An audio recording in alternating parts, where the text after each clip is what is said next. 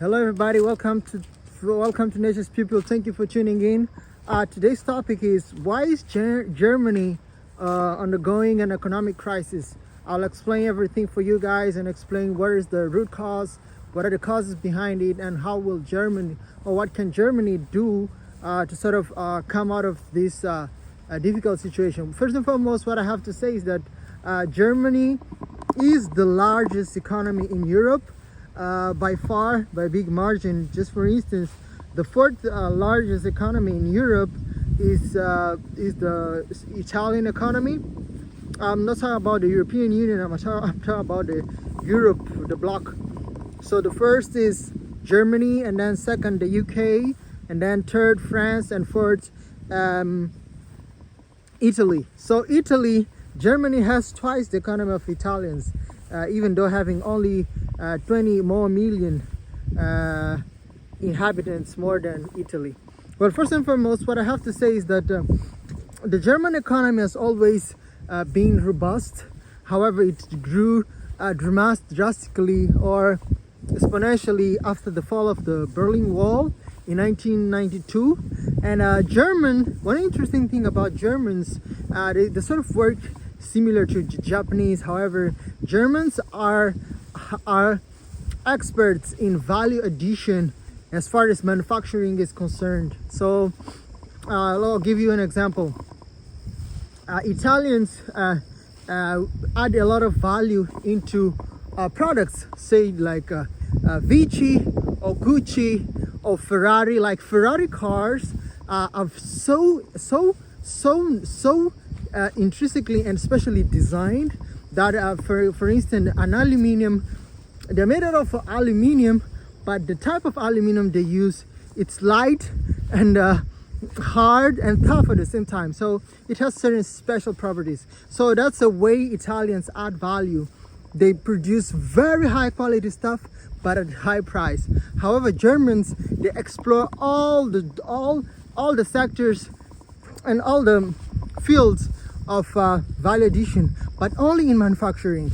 It's rare for you guys to see, for instance, that there's a German product that is, say, only adding value in, say, bags or fashion products or something like that. So, with that being said, what I have to specify and say is that the Germans have been powerful as far as manufacturing is concerned.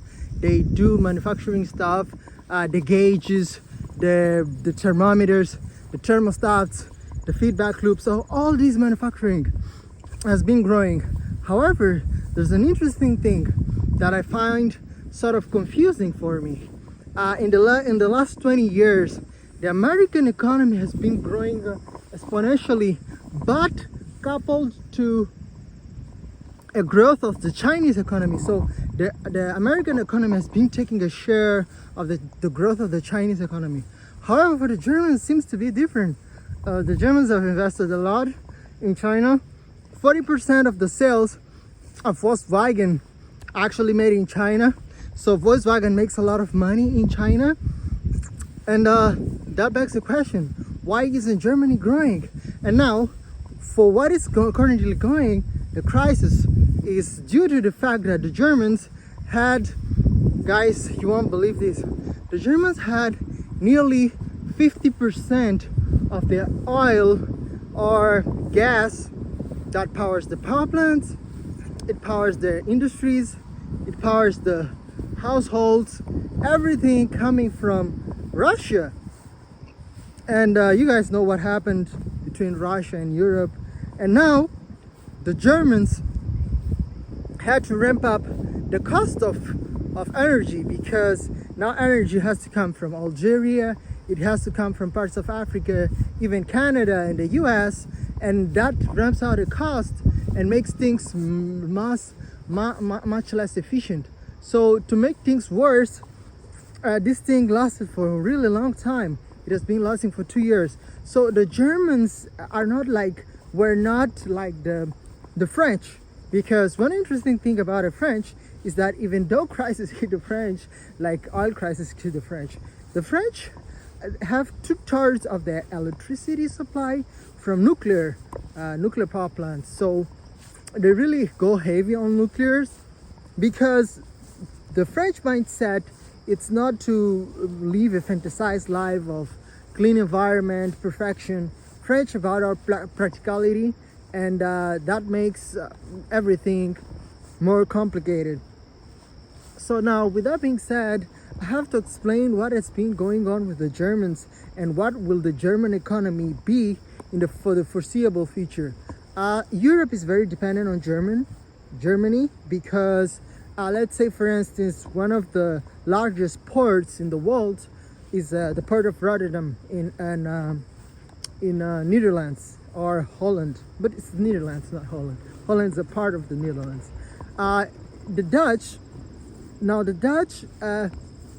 that port, it's the largest port in Europe as far as the cargo processing, cargo management, and if the Germans supply exports and imports reduce, what will end up happening is that the Dutch, the people from the Netherlands, won't have enough goods to be trading and shipping, dispatching and receiving.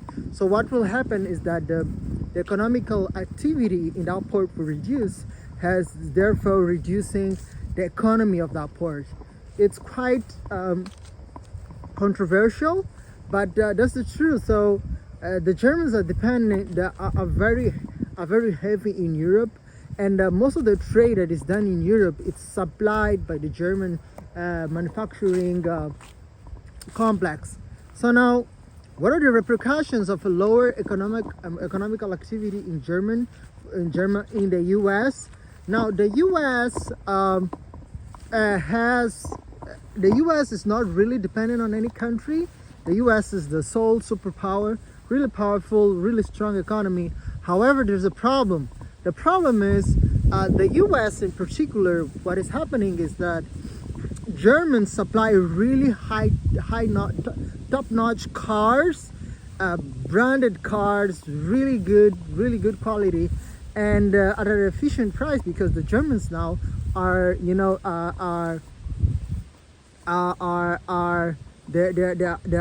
they're exporting, or they're outsourcing the manufacturing from Germany itself into Mexico, where the labor, the main labor is cheaper, and therefore if it's cheaper, it's easier for the manufacturing process to take place and have a cost-effective cars, and therefore have these cars being shipped up north to the US and Canada, where they can have higher profits.